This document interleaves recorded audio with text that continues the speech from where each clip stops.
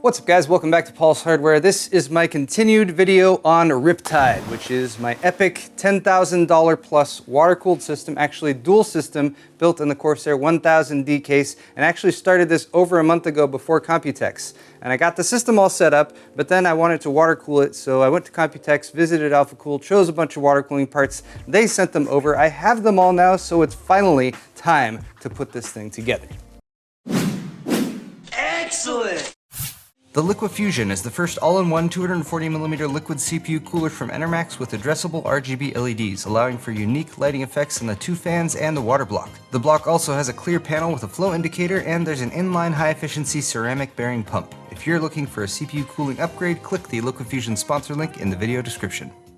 And one of the craziest things about this build is the amount of hardware that is going to be fit inside this case. For an example, I have already installed all of the hardware that you maybe saw in the initial build video into the case. Now I have a complete other set of boxes with hardware in them here that I'm also going to somehow try to also fit inside this case, and who knows if I'll actually be able to lift the system after that. But before we get started, I'm going to quickly go over some of the highlight parts, including this cable kit from Wasmods. So other than that cable set by Wasmods, which was custom designed specifically for this system, and that's part of the reason I did the initial system, was to get measurements for all those cables and everything. I have a bunch more Corsair LL series fans, 140mm, and that's so that we can do push-pull up in the top because it's a very thick radiator and there's a lot of space up there, so we want to fill it out. Also got 120 gig MP500 NVMe SSD, that is for the FreeNAS build at the bottom, so people don't get too mad at me for using a really nice high-end SSD for the main boot drive for FreeNAS. And other than that, we have all this Alphacool stuff, so two 480mm rads as well as a 420mm radiator. We got two NexXxos GPX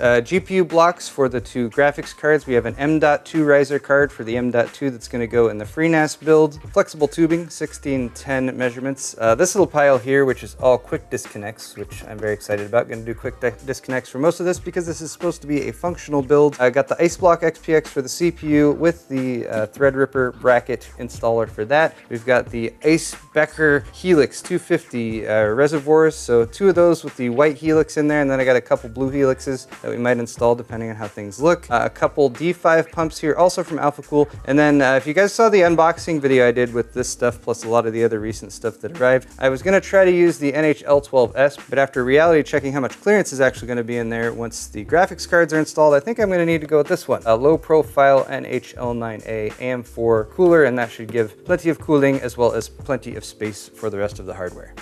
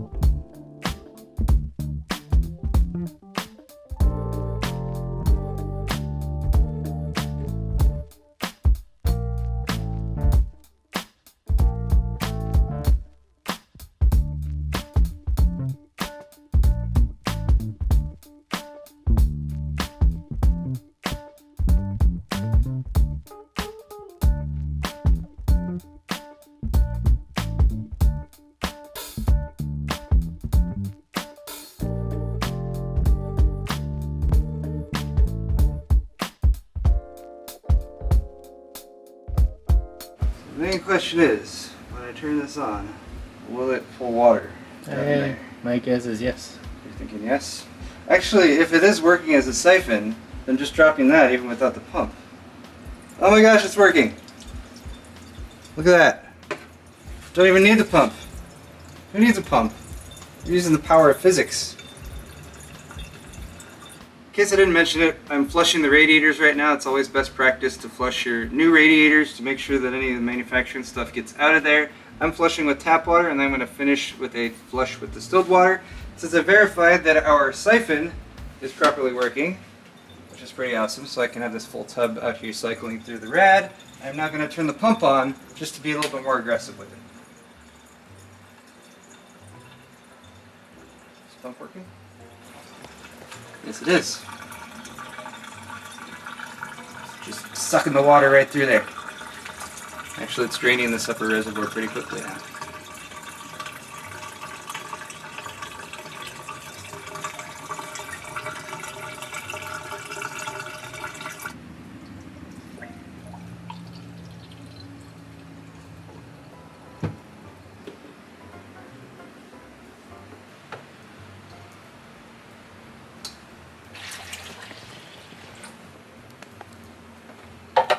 Now a quick flush with distilled water, just using the siphon for this.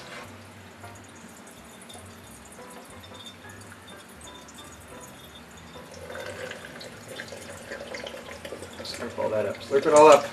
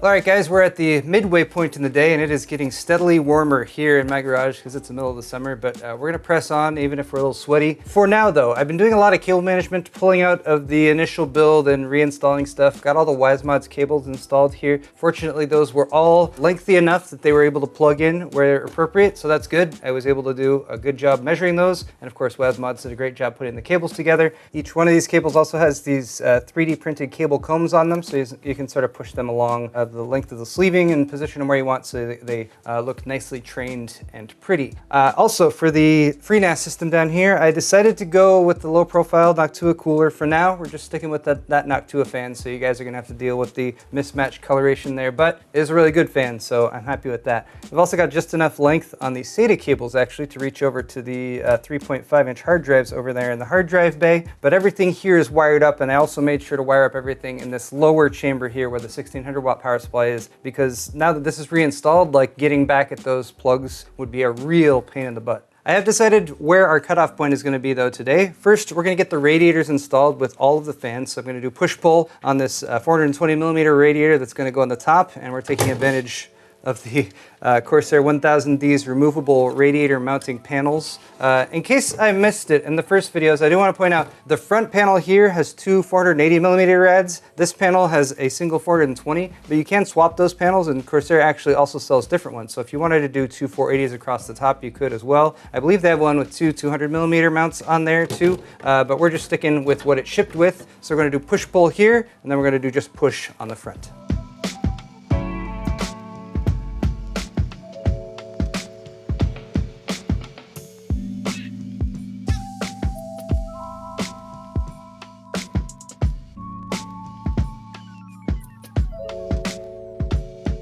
We're We're just quickly demonstrating that it's important to reality check the location and orientation of your radiators before you mount the fans, because I mounted all the fans first and realized they were backwards. I had the cables on the wrong side. Flipped them, we screwed them all back in again, then I realized, oh yeah, that's got to go on top. So third time mounting these 3 fans to this rad.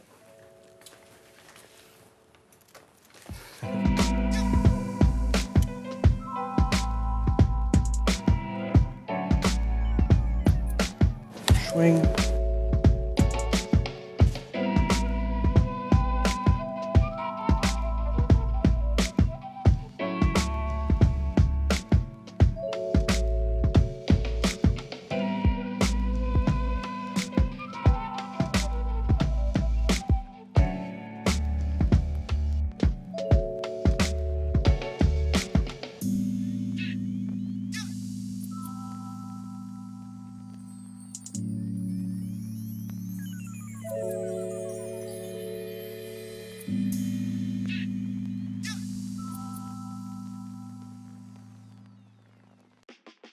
So we ran into a potentially what's the word I'm looking for here?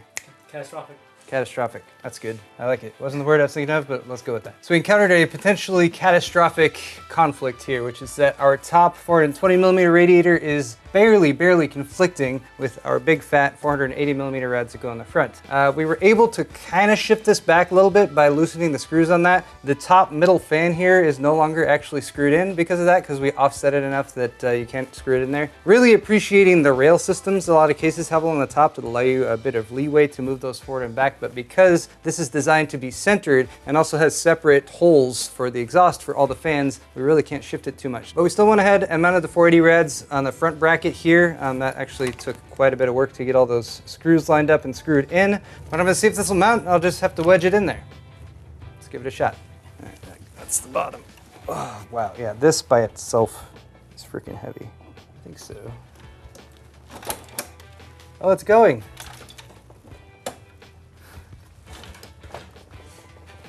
Okay. That's in. We made it fit. All right. It's not, hey, you know, it's definitely gonna grind up there if it needs to be pushed in and pulled out in the future, but I think it's just barely enough. Now, a bonus feature, both drawers come out together, kind of.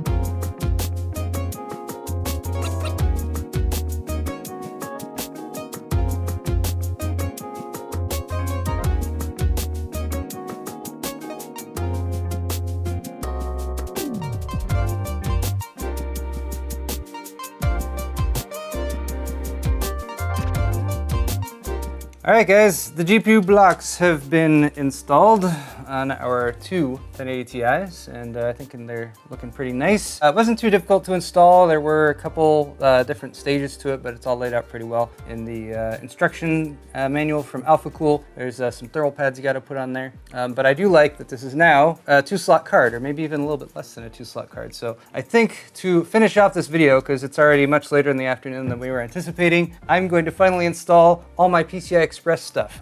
2 graphics cards, as well as my 10 gigabit NIC, as well as my 400 gig NVMe SSD from Corsair.